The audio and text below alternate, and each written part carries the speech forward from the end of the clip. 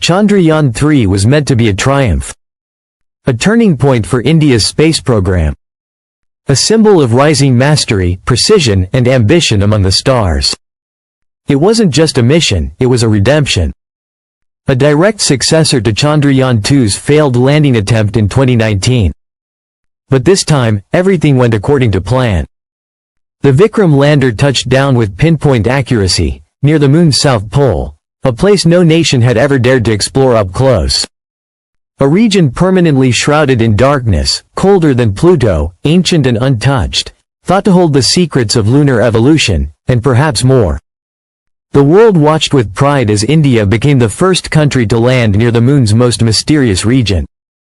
In the beginning, the data confirmed the dream: signs of frozen water, silicate-rich dust, and trace metals like magnesium and aluminum, ingredients that could support future lunar bases. But as deeper scans began, the mission quietly shifted. The celebration dimmed. The story turned. Something was found. Something that never made it into official briefings. Something no one was prepared for. As the Pragyan rover traversed the powdery, untouched regolith, its spectrometers detected a substance completely unknown to science. It wasn't just unfamiliar, it was impossible. It didn't match any known mineral on Earth, the Moon, or from any asteroid. It didn't reflect light the way it should. In fact, it seemed to absorb energy, bending electromagnetic radiation in ways that defy known laws. One engineer described it as a sponge for light. Others were more direct: a material that breaks physics. Astrophysicist Michio Kaku called it a terrifying anomaly. If this substance formed naturally, our understanding of material science is fundamentally flawed. But if it didn't form naturally, if it was placed, then someone, or something, put it there. And that was just the beginning. ISRO activated Chandrayaan-3's ground-penetrating radar to scan beneath the surface. What it found shook mission control. Buried below the rover's wheels was not a random cavity or cave, but a massive, hollow void. Not jagged or natural-looking, but geometric. Organized. Repeating. Symmetrical angles. Grid-like formations. Patterns that suggested not randomness, but design. Initial diagrams looked less like geological structures and more like architecture. Blueprints. Kaku reviewed the early models and described the void as metallic, deliberate, and ancient. It was massive, large enough to contain an entire city. But then, instruments picked up something stranger. Thermal readings from within the void began to fluctuate, rising and falling in waves, despite no exposure to sunlight or surface heat. The Moon, geologically dead for billions of years, was showing signs of internal energy. Was it heat trapped by unknown materials? A functioning system? A structure still active beneath the ice and rock? For the first time, scientists began asking a question that had always been whispered, never spoken. Did we just uncover an ancient alien base? Or something human? Something forgotten? Soon after the scans, the rover began to misbehave. At first, small glitches. Then corrupted data packets. Then, movement patterns that made no sense, drifting off course, ignoring commands. Officials publicly cited mechanical stress. Privately, engineers told a different story. The failures began exactly as the rover passed over the deepest part of the anomaly. Some suggested the strange material was interfering with its systems, creating electromagnetic disturbances no shielding could protect against. And then, silence. Pragyan stopped transmitting. It wasn't just a hardware failure. It was the final mystery layered on top of so many others. If what lies beneath the Moon's south pole is ancient and active, then every step we take may be triggering something we don't understand and can't control. Michio Kaku issued a global warning. He called for a coalition. He said no nation should explore this alone. And then he said something even more unsettling. We may have just awakened something not meant to be touched. Governments took notice. Silent meetings were held.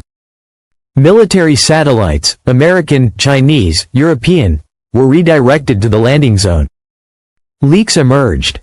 Electromagnetic pulses were detected just before the rover went dark. China requested emergency access to ISRO's raw telemetry. Some officials feared the anomaly could be influencing Earth's own electromagnetic balance. Contingency protocols were quietly enacted, protocols normally reserved for nuclear accidents or asteroid threats. The word containment was used. This was no longer about science. It was becoming a planetary security concern. But that wasn't the most bizarre revelation. A group of independent researchers, linguists, physicists, archaeologists, noticed something strange. The geometric patterns from the radar scans bore a striking resemblance to ancient Vedic mandalas. Sacred diagrams described in Sanskrit texts. Patterns meant to encode cosmic knowledge. One scholar, Dr. Rakesh Verma, compared the dimensions of the underground grid to proportions found in the Rigveda, a portal described in myth as leading beyond the dark sky. Was it coincidence? Mathematical symmetry? Or something else? New data, reportedly leaked from ISRO's internal network, has only deepened the mystery. According to unnamed insiders, the unknown substance found near the anomaly may possess photonic properties unlike anything observed. One sample, or scan, showed a material that absorbs light across all visible and infrared spectra. It may even bend or cancel electromagnetic fields around it. In one description, the material was referred to as optical dark matter. If true, this would mean we've discovered a substance capable of cloaking structures from any form of detection. Not a theory, a technology. Which leads to the most terrifying question of all. What if the moon isn't what we think it is? What if it's not just a rock but a container? A vault? A vessel, holding information, or technology, or something else entirely? What if our mission didn't just find something buried, but woke it up? With Chandrayaan-3 now silent beneath the lunar surface, the world waits. Scientists fall quiet. Satellites recalibrate. And somewhere, deep beneath the South Pole, something waits too.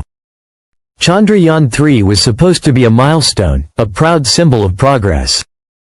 But it may have become something else entirely. A warning. What if the moon's south pole was never untouched by accident, but avoided on purpose? What if beneath the frozen shadow, something ancient remains? Not broken. Not dead. But dormant. And watching.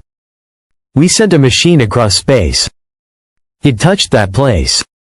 And in doing so, it may have crossed a line. A line between what is known, and what was never meant to be known. What do you believe Chandrayaan-3 really uncovered? Ancient technology? A natural anomaly? Or a remnant from something not of this world? The truth, for now, lies buried. Beneath shadows. Beneath silence. Beneath the surface of the moon. And this may be only the beginning.